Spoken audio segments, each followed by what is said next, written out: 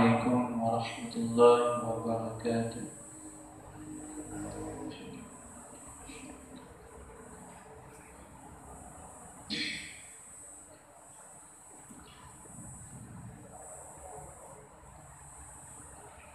Bismillahirrahmanirrahim. Alhamdulillahi rabbil alamin. Wassalatu wassalamu ala asyrafil anbiya'i wal mursalin. Sayyidina Maulana Muhammadin wa ala alihi wa ashabihi ajma'in. Qala al-mu'allif rahimahullahu ta'ala wa nafa'ana bi'ulumihi fid dharain amin. Subhanaka la ilma lana illa ma 'allamtana innaka antal 'alimul hakim. Rabbi yassir wa la tu'assir, Rabbi tammim bil khairi ya karim. Allahumma faqihna fid din wa 'allimna ta'wil wa hdina siratal mustaqim. Wa la hawla wa la quwwata illa billahil 'aliyyil 'azim.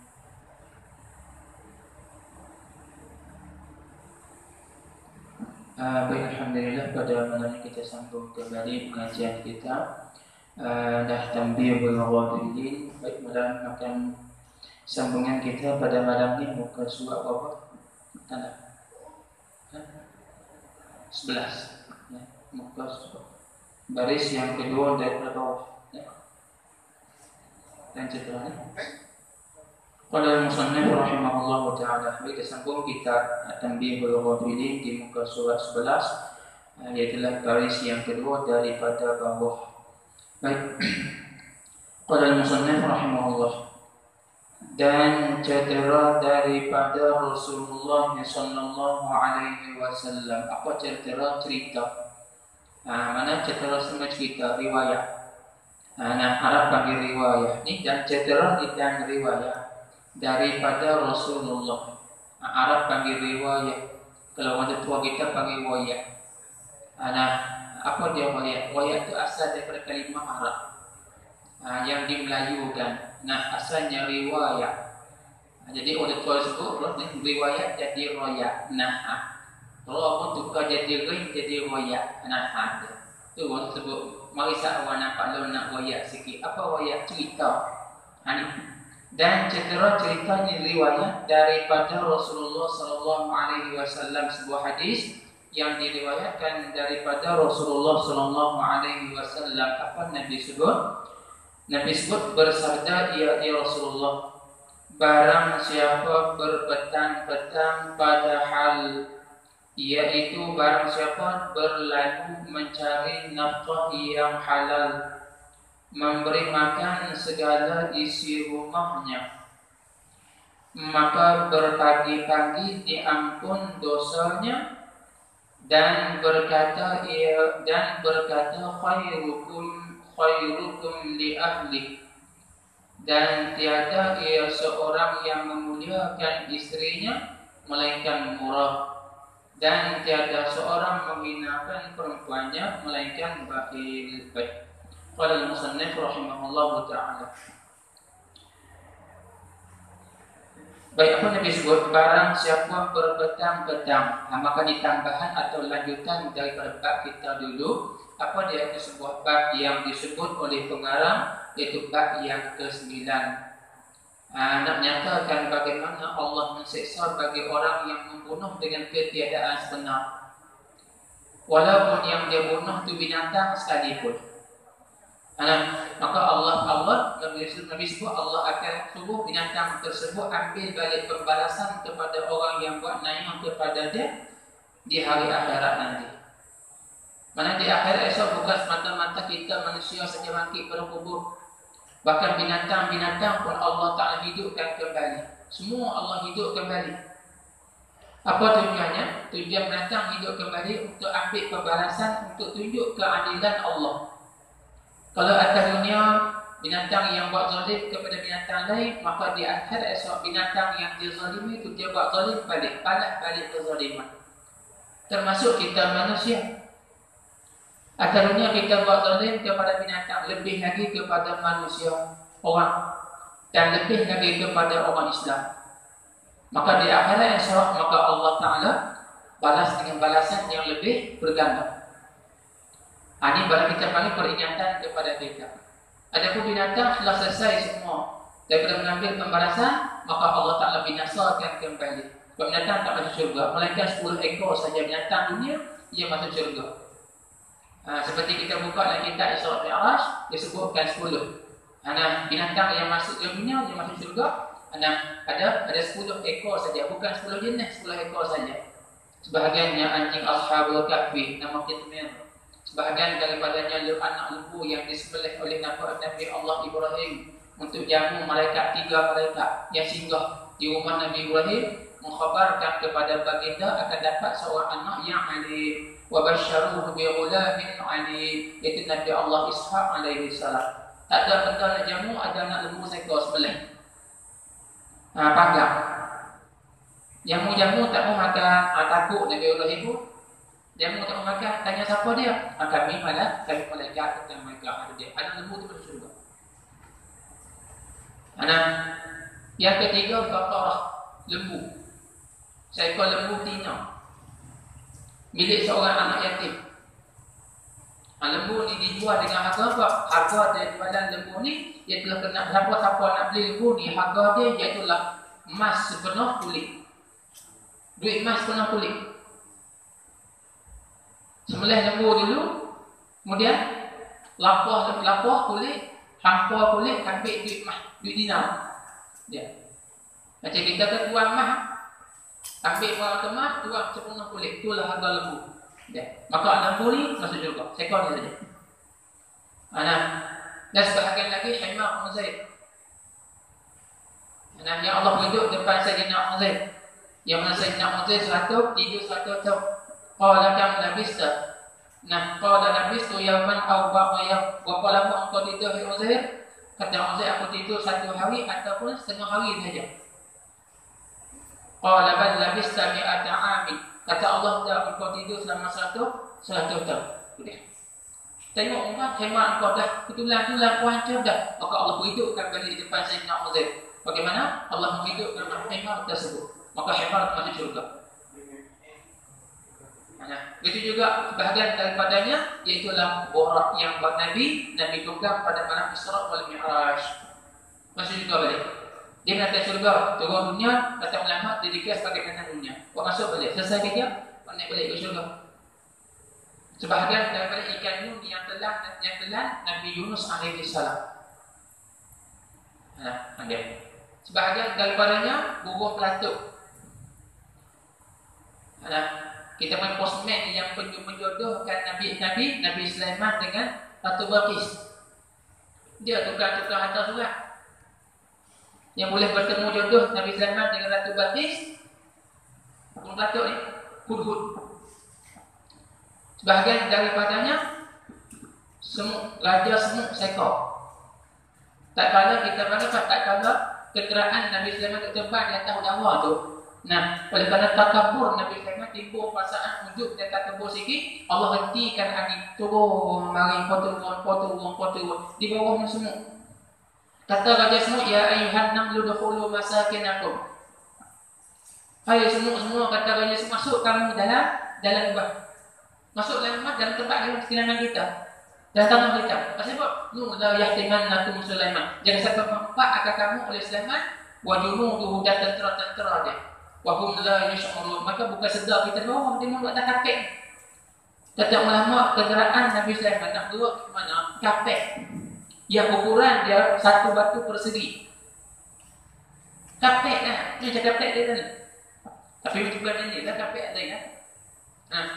Ni kapek kereta ni, kapek dia terbang dah ada. Jemaah masjid di umrah naik kapek semua Ni Allah tiup angin buat kapek tu terbang. Ni ukuran batu persegi. Bujung 1 batu, bujung 1 batu. Siap ni boleh bawa koyok di atas kapek.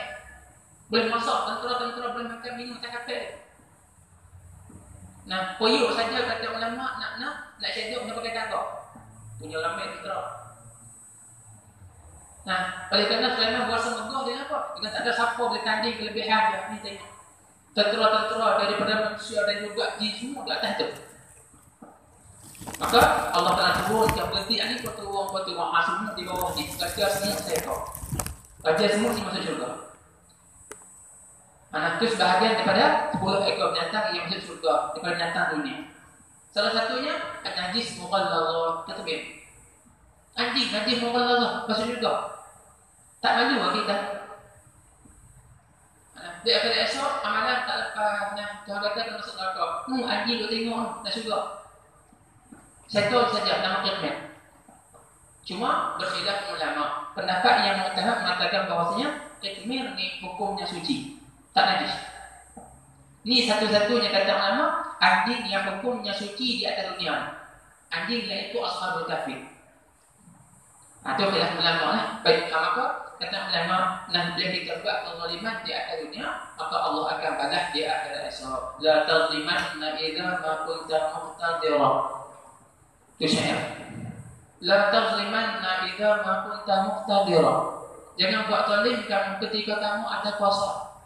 Apabila kamu ada kekuasaan, jangan buat zalim. Kita ada kuasa, kita ada power, kekuatan memerintah umpamanya. Jangan buat zalim. Fazulmu masdaruhu yufdi ila nadami, kata ulama. Perbuatan zalim kita tu, punca kezaliman kita tu membawa kita menyesal di belakang hari. Kezaliman yang terbit dari tubuh kita ni membuat kita menyesal di belakang hari. Menyesal mana? Tanamu aynaka wal mazlumu muntabihu. Ini pada suasana. Engkau buat zalim kepada orang, balik rumah tidur sedar, pejam mata lenang roh. Wal zulmu muntabihu wal mazlum muntabihu. Orang yang kita buat zalim tu dia jaga malam. Buat apanya? Yad'u 'alaika wa ainullahi lam tanami. Nah, yad'u 'alaika, berdoa supaya Allah Taala balas kezaliman kita. Dia. Ya Allah Tuhanku, aku kena buat zalim. Engkau balaslah kepada orang yang buat zalim kepada aku. Aku tak ada kekuatan. Tengok. Wa ainullah lam tanami. Nah, Allah tak pernah lupa kepada perbuatan zalim kita. Aku wa ainullah lam tanami. Asalnya mata Allah tak tidur. Apa dia? Karena Allah tak lupa kezaliman kita. Allah akan balas balik. Ini takut sekali. Itu yang disebut hadis, ittaqu da'watal mazlum. Jaga-jaga olehmu akan doa orang yang dizalimi. Ingat Nabi kata. Fa innahu la hijaba bainahu wa baina rabbih. Karena bahwa tidak ada hijab, tidak ada dinding di antara Allah dan juga doa orang yang dizalimi. Terus doa sampai pada Allah. Kata Nabi, walaupun yang dizalimi itu orang kafir sekalipun, dia bukan Islam. Tiba-tiba kita buat zalim kepada dia, maka dia doa kepada Allah. Doa dia sampai depan Allah. Itu kena ingat. Nah, maka sebahagian dapat berzalim apa dia? Ini kita bunuh dengan tak sebenar, walaupun binatang sekalipun. Itu seperti mana sebut dalam hadis yang kita baca dulu. Baik, maka lanjutan daripada ba'da, maka musannif ada tahu kita diselitkan sikit berkenaan dengan masalah apa? Masalah keluarga. Tengok. Nah, kalau punca kita buat zalim ni kadang-kadang lari daripada keluarga yang tak terurus, keluarga yang tidak ikut aturan hukum Allah. Tak menjaga hukum Allah dan rumah tangga. Itu mari akhlak-akhlak yang tak boleh. Apa? Di sebahagiannya. Baik, apa Nabi sebut? Nabi sebut barang siapa berpetang-petang padahal iaitu berlalu mencari nafkah. Kata Nabi, siapa-siapa yang waktu petang di jalan untuk cari nafkah, jalan cari duit, di kerja cari duit. Baik pagi, waktu pagi jalan sampai waktu petang baru balik. Cari banyak, cari nafkah. Buatlah kerja. Ada anak isteri, wajib tanggungan di atas kita. Cari nafkah, letih, berpeluk, guna 4 kerat dolar.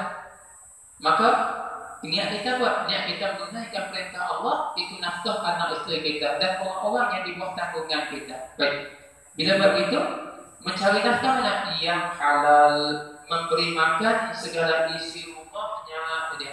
Matlamat dia nak jamu isi rumah dia. Orang yang itu adalah rumah dia. Maka apa jadi orang ini? Kata Nabi, maka berpagi-pagi diampun dosanya. Itu dia. Pagi-pagi Allah ampunkan dosa. Maka pagi jaga subuh, maka dosa dan diampun oleh Allah Subhanahu wa taala. Kenapa? Kerana dia merupakan orang yang baik kepada ahli dia. Orang yang baik kepada ahli dia. Dalam keluarga Allah dia jaga sungguh hak tanggungan dia, makan minum anak dia jaga. Lagi anak tak kenyang, tak suap mulut ayah. Berarti beri anak-anak makan dulu. Suap anak dulu.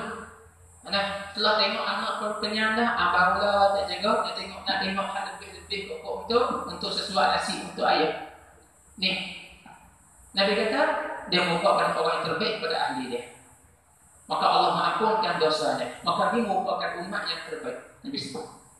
Sebahagian pada umat terbaik lah yang berbuat baik kepada ahli dia. Dengan orang dia tak jaga sana. Ada hubungan dengan orang lain dia tak jaga tak kisah sangat. Tapi dengan ahli dia jaga sungguh. Maka dia yang terbaik. Tengok orang yang tengok dia biasa saja di luar, tapi di rumah dia merupakan orang yang terbaik. Maka apa Nabi sebut bagi orang ini? Dan berkata dan bersabda Nabi sallallahu alaihi wasallam. Maka Nabi hubung dengan satu hadis yang pula apa Nabi sebut? Nabi sebut khairukum li ahlihi. Tadi. Khairukum li ahlihi Nabi kata. Apa dia? Ini sebaik-baik orang di kalangan kamu ialah sebaik-baik kamu bagi ahlinya. Mana orang di kalangan kamu orang paling baik selain Nabi kata apa? Orang yang paling baik kepada ahlinya. Dia merupakan orang yang sangat dikasihi oleh dan dicintai oleh anak isteri dia. Dia seorang bapa yang penyayang, yang jaga sungguh hak dia sebagai seorang bapa. Nampak anak buat salah, dia marah. Dalam marah dia mendidik anak-anak dia supaya jadi insan yang berguna. Waktu kecil dia layan anak dia dan layan seperti bapa dengan anak. Memang tarbiyah didik sungguh. Bila besar anak dia maka dijadikan anak-anak dia sebagai kawan dia. Apa urusan anak, apa-apa nak buat apa balik tanya ayah dia. Ini sebaik-baik ahli katakan kamu. Dia mana anak berjalan, apa-apa urusan kita tinggal ayah ni. Pasal apa? Pasal ni ayah yang terbaik. Bila anak besar, anak menganggap dia kawan yang terbaik untuk minta nasihat. Itu Nabi kata, sebaik-baik kamu ialah orang paling baik di kalangan kamu kepada ahli dia. Maka cara mudah nak payah.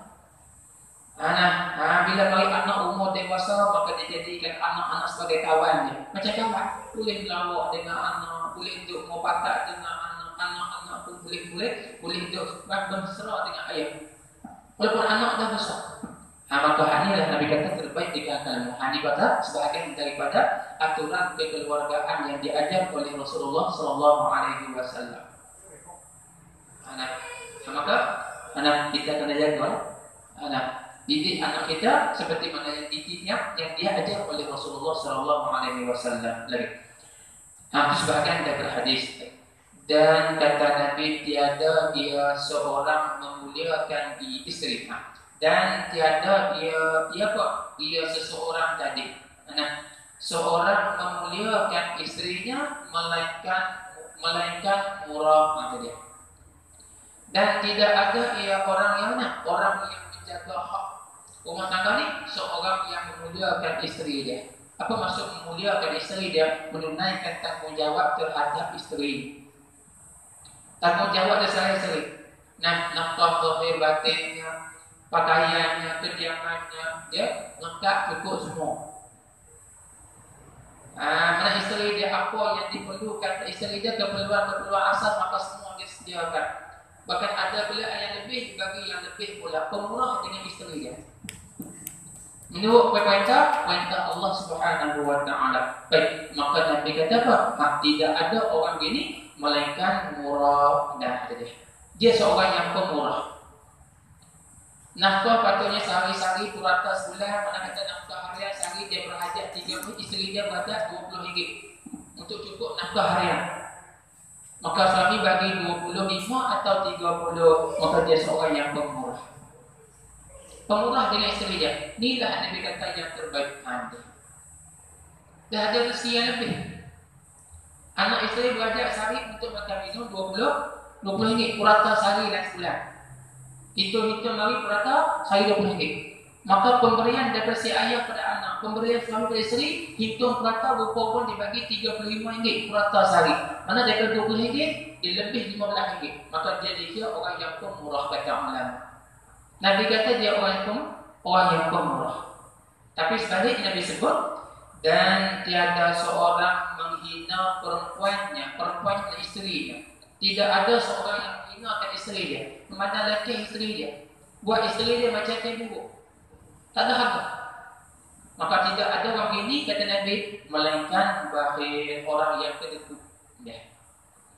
Orang ni orang kedekut. Harta banyak Allah tapi kalau bini minta tak dapat, keperluan isteri tak cukup. Jangan kata minta lebih. Hak keperluan asas pun tak cukup. Padahal duit banyak. Maka kata Nabi dia merupakan orang yang kedekut. Maka kedekut ni balasannya di mana? Balasannya di akhirat esok. Maka dia merupakan orang yang rugi. Rugi sebab apa? Sebab isteri dan anak akan minta balik hak mereka depan Tuhan. Ini rugi. Sebab dalam sebuah hadis Nabi kata apa? Nabi sebut hadis Nabi kata atadruna manil muflis.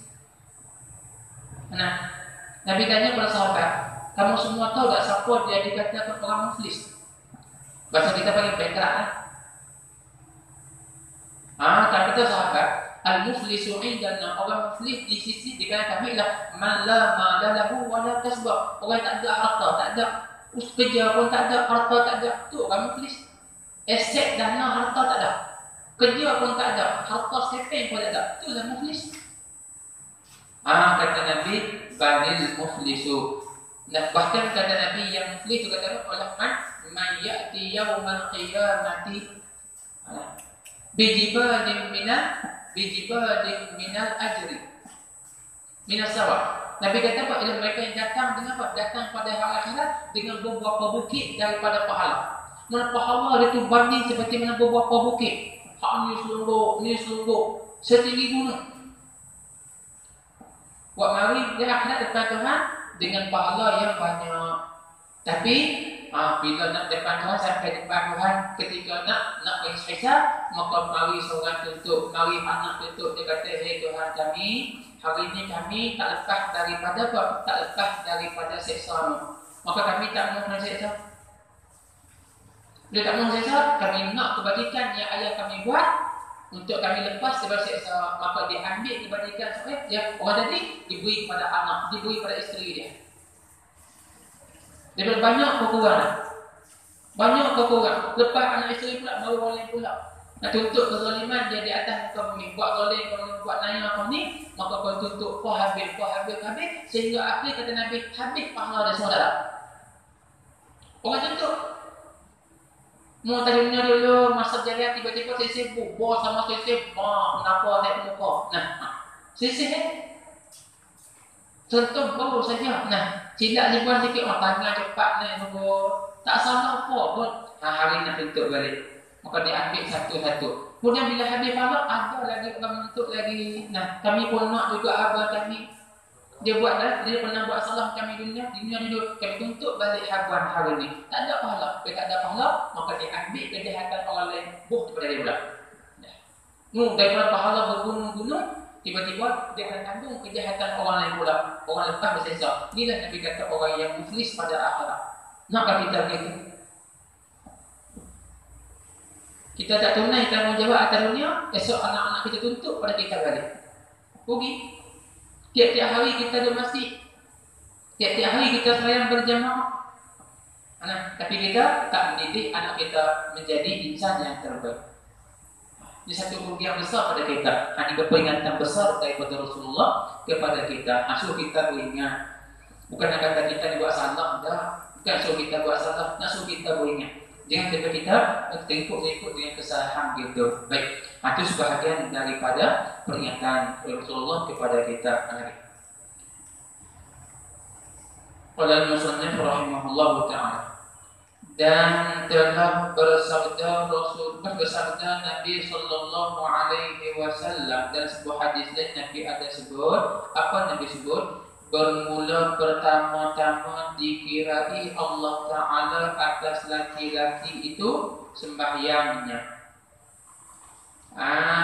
Yang pertama sama sekali, inna awwala ma yuhasabu bihil abdu min amalihi yawmal qiyamah salatuhu. Nabi sebut, sesungguhnya mula-mula pekerjaan amalan dunia yang Tuhan nak hisap dulu daripada pekerjaan kita, sembahyang kita. Tuhan nak cek sembahyang dulu. Hak kita buat banyak mana dunia ni amalan kita, puasa, sedekah kita, zakat, apa tu amalan ibadah kita, Tuhan nak tengok hak ni dulu, sembahyang. Sebab ni perlu. Nak tipu mana tu nak pucuk, gatal dahi, dan perganting dahan. Kalau tak ada apa, tak ada perlu. Mari mana pekerjaan kamu hak lain kalau sembahyang tak jaga. Semua runtuh habis. Allah tak nilai hak lain kalau sembahyang tak jaga. Rajin puasa tiba-tiba tak sembahyang, Allah tak nilai puasa kita. Rajin bersedekah tiba-tiba tak sembahyang, Allah tak nilai sedekah kita. Semua Allah tak nilai. Maka nak boleh nilai ke semua ni kata ulama dengan apa? Dengan sembahyang ni yang Allah tengok dulu. Sebab ni perlu dia. Macam kita pergi beli kedai, kita nak buat kebun tanah getah, pergi beli anak getah, nak tengok apa? Nak tengok perdu dulu. Tunah tumbuh elok, nak perdu elok ke tak? Tengok-tengok, oh perdu elok. Bos semen kan, dalam apa? Dalam polyester, bos dalam apa? Bos dalam apa? Plastik bag. Akar dia serak tak serak, ketebur tak ketebur akar dia. Ke akar terbih, tak ada tebur apa? Belah lagi dah, pak nak besar. Datuk orang pandai, dia akan tengok perdu dulu. Anak getah dalam apa? Dalam beg, dalam apa? Dalam beg ni elok tak elok? Tengok perdu dulu. Pucuk semua tengok elok.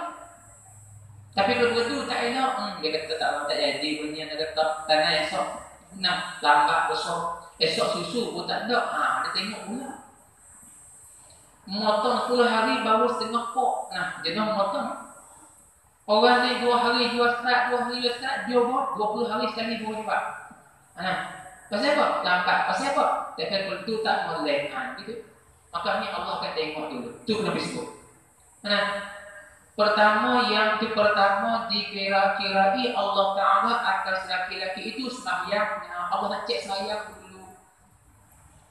Maka sambungan hadis ini disebut fa'idha ashabuha. Maka apabila elok sembahyangnya, faqad aflaha wa najaha, maka sungguhnya aflaha dapat kemenangan dia, wa najaha dapat kejayaan dia. Kemenangan dengan dapat surga dan nikmat. Kejayaan daripada lepasan daripada azab neraka. Bila sembahyang dia ada. Wa idza fasada, tapi kalau sembahyang rosak, faqad khaba wa khasira, maka sungguhnya hina ia, wa khasira dan rugi ia. Kenapa? Allah balaskan dengan azab neraka dia. Itu yang pertama Allah nak cek dulu. Mati kita saja, jaga. Sementara belum nyambung nafas ni, nak buat terpulang pada kita. Fikir habis dulu. Dan Allah ambil balik roh kita saja, tak ada apa-apa. Terus jadi apa dah? Tak ada jalan dah untuk kita. Kalau kesalahan kita buat dunia tak ditebus balik kita bila Allah cabut roh kita. Sebab itulah kalau Allah beri peluang pada kita. Tengok kawan-kawan kita dalam sengah dan sampai umur kita ramai tak ada dah. Kami dah kembali pada Allah dah. Kita masih Allah beri peluang, maka ambil peluang untuk kita segera taubat. Kembali pada Allah balik. Itu sebahagian daripada dengan Rasulullah. Yang pertama anda. Kemudian daripada nafkah perempuan barang yang di dalam tangannya dia.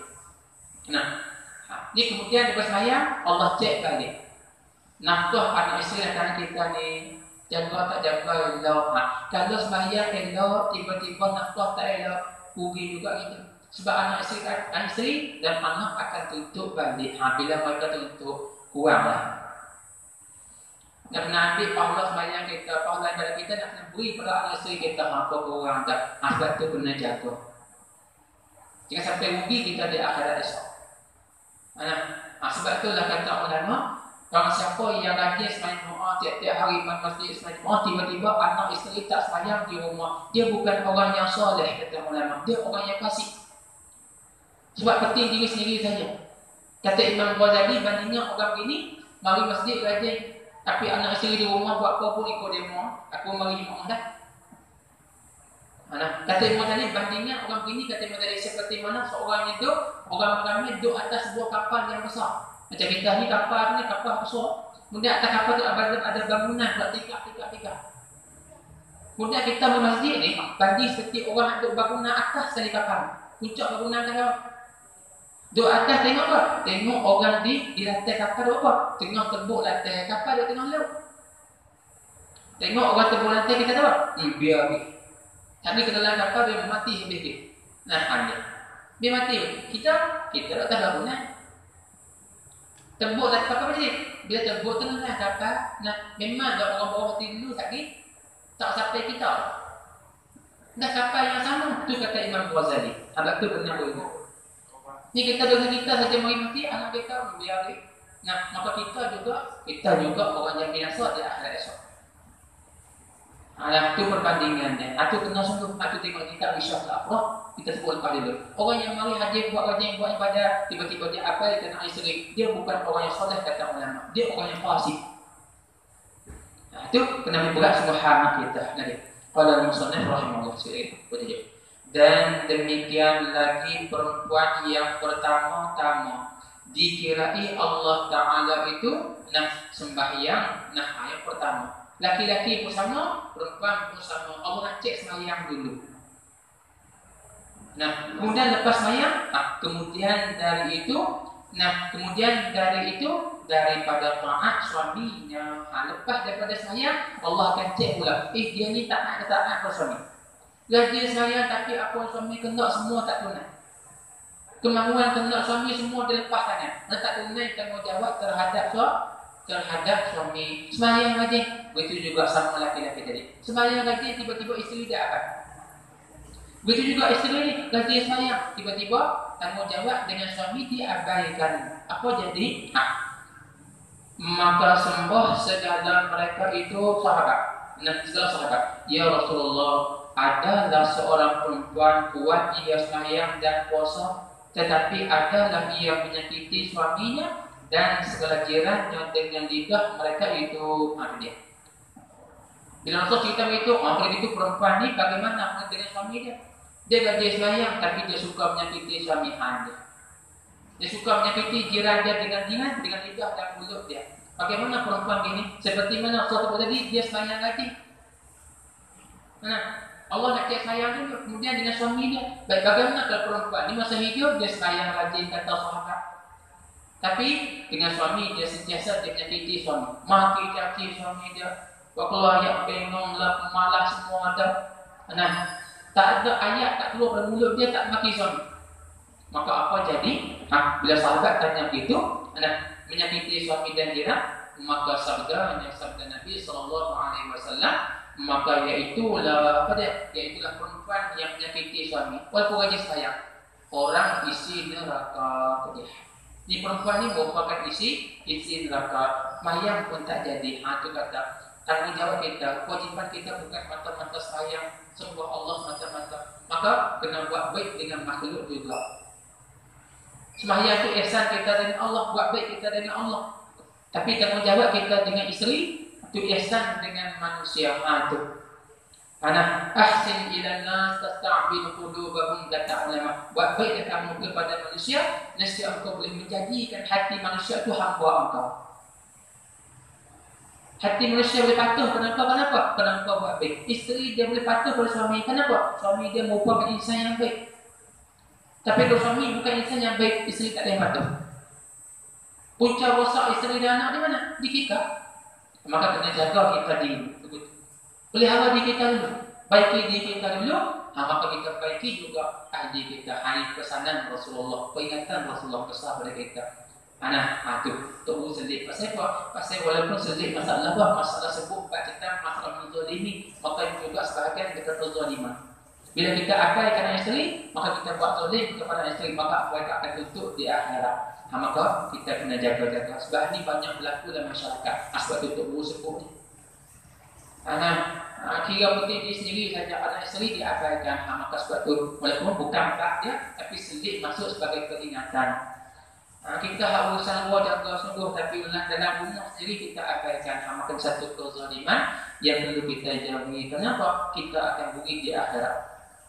Kita akan menyesal di akhirat, tapi menyesal tak ada gunanya. Fadzulmu masdaruhu yufdi ila nadami, kata ulama. Zalim itu punca terbit zalim kepada kita, kita akan menyesal di belakang hari esok. Mana lebih besar penyesalan kita di akhirat, tapi menyesal pada hari itu tak ada guna dia. Maka sebelum Allah tutup peluang pada kita, maka kita lupa pada dunia. Kembali kepada perintah Allah, ikut perintah Allah balik. Baik, itu sebahagian daripada peringatan kepada kita tentang hal urusan rumah tangga kita. Nak buat adil. Baik, ada kita tersesi dulu, insyaAllah kita akan sambung pada katanya. Dan telah datang seorang lelaki kepada Nabi SAW, maka sembahnya ya Rasulullah. InsyaAllah kita akan sambung satu kisah lagi sebagai pengajaran kepada kita nanti. Ada katanya, dan telah datang seorang laki-laki kepada Rasulullah SAW. Akan itu insyaAllah kita akan sambung dalam pertemuan akan datang. Oleh kerana kita akan insyaAllah ada kematian pada solat jenazah. InsyaAllah kita akan insyaAllah Wallahu subhanahu wa ta'ala a'lam. Bismillahirrahmanirrahim. Alhamdulillahi rabbil alamin. Wassalatu wassalamu ala asyrafil mursalin wa ala alihi wa ashabihi ajma'in. Allahumma iftah lana futuhal arifin وسع رزقنا ونور قلوبنا واجعل أعمالنا خالصة لوجهك الكريم يا رب العالمين. اللهم اجعل جمعنا هذا جمعا مرحوما وتفرقنا من بعده تفرقا معصوما. اللهم زدنا ولا تنقصنا وأعطنا ولا تحرمنا وأكرمنا وجودك. ربنا آتنا في الدنيا حسنة وفي الآخرة حسنة وقنا عذاب النار. وصلى الله على سيدنا محمد وعلى آله وصحبه وسلم والحمد لله رب العالمين.